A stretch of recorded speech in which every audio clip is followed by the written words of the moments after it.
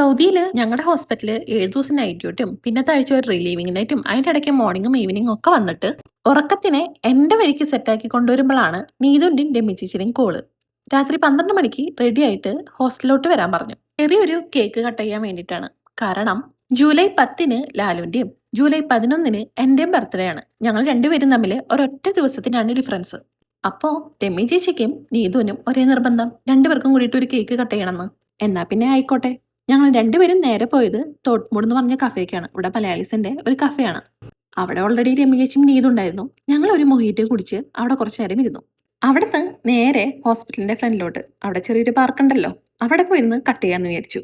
ഇന്നൊരു ദിവസം കൂടി നമുക്ക് സമയമുള്ളൂ. ഇനി പാക്കിങ്ങും കാര്യങ്ങളൊക്കെ ആയിട്ട് കുറച്ച് പരിപാടികളുണ്ട്. നാട്ടിൽ പോണ്ടേ. പിന്നെ അവിടെ കുറച്ചു നേരം ഇരുന്ന് സംസാരിച്ചു. പിന്നെ അതാ കേക്കും കട്ട് ചെയ്തു. ഇതെല്ലാം ഞാൻ ചെയ്യുന്നത് പകുതി സ്വബോധത്തിലാണ്. ഒന്നില്ലെങ്കിൽ നിദ്രാദേവിക്ക് എന്നെ വേണ്ട, ഇല്ലാന്ന് വെച്ചിട്ടുണ്ടെങ്കിൽ പാട്ടും പാടി ഉറക്കിക്കൊണ്ടിരിക്കും. പിന്നെ കുറച്ച് ഫോട്ടോസ് ഒക്കെ എടുത്ത് ദാ അവിടെ നിന്ന് കുറച്ചു നേരം ഊഞ്ഞാലൊക്കെ ആടി. അവര് തിരിച്ച് ഹോസ്റ്റലിലേക്കും ഞാൻ തിരിച്ച് വീട്ടിലോട്ടും പോയി. വീഡിയോസ് ഇഷ്ടപ്പെടാൻ വെച്ചിട്ടുണ്ടെങ്കിൽ ഫോളോ ചെയ്യാം. അപ്പൊ അത്രേ ഉള്ളൂ.